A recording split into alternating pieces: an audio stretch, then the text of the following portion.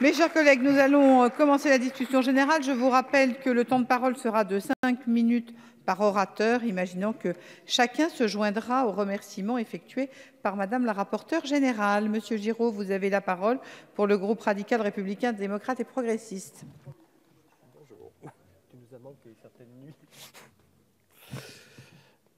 Madame la présidente, monsieur le secrétaire d'État, madame la rapporteure générale, monsieur le président de la commission des finances, nous allons donc adopter en lecture définitive le projet de loi de finances pour 2017. Comme je l'ai indiqué lors de la première et de la nouvelle lecture, le groupe radical, républicain, démocrate et progressiste votera ce texte.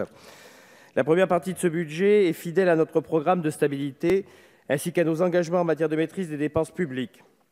Tout en maintenant les efforts pour les priorités que sont l'éducation, la sécurité et la justice, elle est fidèle aussi aux engagements en faveur d'une baisse des impôts pour les classes moyennes, engagée depuis juillet 2014. Elle est fidèle enfin aux engagements d'alléger les efforts importants consentis par les collectivités territoriales depuis 2 ans. La première partie du projet de loi de finances est tournée vers la reprise, avec l'aménagement des taux de l'impôt sur les sociétés, tout en affirmant nos préoccupations écologiques. Comme la grande majorité des contribuables, le groupe de RDP est favorable à la mise en œuvre du prélèvement à la source. D'abord parce qu'il fait partie du choc de simplification.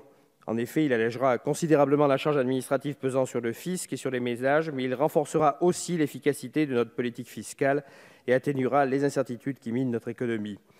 À l'issue du travail en séance publique et avec l'approbation du gouvernement, le texte s'était amélioré en première lecture, l'une des avancées majeures concernant la taxe sur les transactions financières.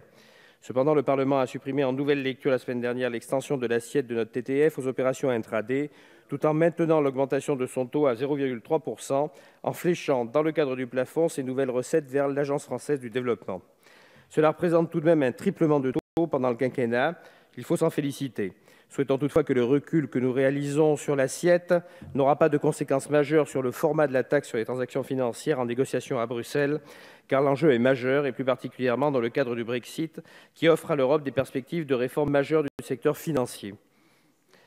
Le crédit d'impôt dont nous avons obtenu le vote en première lecture de la seconde partie représente une véritable bouffée d'oxygène pour le secteur médico-social, associatif et mutualiste, qui, depuis la mise en place du CICE, souffrait de distorsions de concurrence.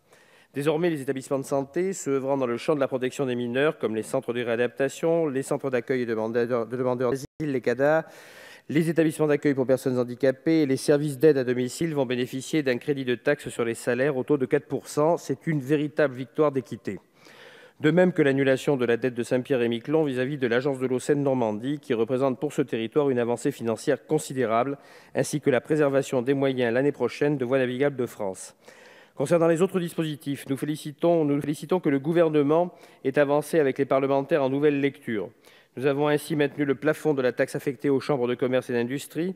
Ce statu quo l'année prochaine, étant donné les efforts déjà consentis par nos chambres et particulièrement les plus fragiles d'entre elles, leur permettra de se stabiliser en 2017. De même que nous avons convenu de sanctuariser le plafond à 190 millions d'euros l'année prochaine pour la CPR, l'autorité de contrôle prudentiel et de résolution. Nous regrettons quelques points, notamment le refus réaffirmé cette année encore de supprimer la fameuse taxe farine portée par notre collègue Jacques Krabal, demandée pourtant par les professionnels du secteur, ainsi que le refus de notre proposition réitérée d'augmenter la taxe sur les sodas sucrés et édulcorés, lesquels continuent de bénéficier sans justification du taux réduit de TVA. Renflouer les caisses de la MSA à coût nul ou quasi nul pour les consommateurs nous paraissait pourtant judicieux. Cette recette permettait de couvrir la dépense précédente. C'est donc un acte manqué. Concernant l'exonération de taxes foncières sur les propriétés bâties en faveur du logement social et intermédiaire sur leur territoire, qui ont fait grand bruit entre les deux lectures, le gouvernement a proposé en séance publique de réserver cette possibilité aux exonérations qui se traduisent par une perte de ressources pour les collectivités territoriales. Les exonérations en faveur des constructions neuves qui ne se traduisent que par un manque à gagner resteront applicables de plein droit. Ceci nous satisfait. Je souhaite conclure sur un point qui me tient à cœur, pour lequel j'ai œuvré ces dernières années et qui a été adopté vendredi avec l'aval du gouvernement.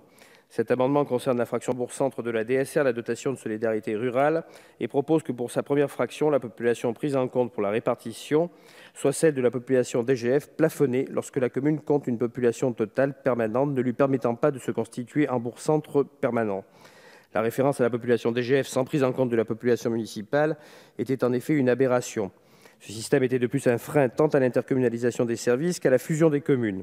le plafonnement progressif de la population DGF dans le cadre uniquement de la répartition de la fraction bourg-centre de la DSR est une réforme de poids pour les collectivités et les territoires concernés, conforme de plus aux recommandations de la Cour des comptes. Nous en sommes donc particulièrement satisfaits, même si nous sommes, comme l'a dit la rapporteure générale tout à l'heure, insatisfaits de ne pas avoir vu aboutir la réforme de la DGF, prônée par notre collègue Christine Pires-Beaune, qui était une réforme attendue. Au moment de conclure ces travaux, et bien que j'ai déjà atteint le temps maximal, je voulais vous remercier toutes et tous, l'ensemble des collaborateurs de la Commission des finances, l'ensemble des collaborateurs ministériels pour la qualité du travail que nous avons accompli ensemble, et vous dire, monsieur le secrétaire d'État au budget, que finalement, il n'y a pas de bon ou de mauvais caractère, il y a simplement des gens qui ont du caractère et que finalement, en séance de nuit, et on peut en porter témoignage, ce caractère est important pour l'aboutissement des débats. Merci.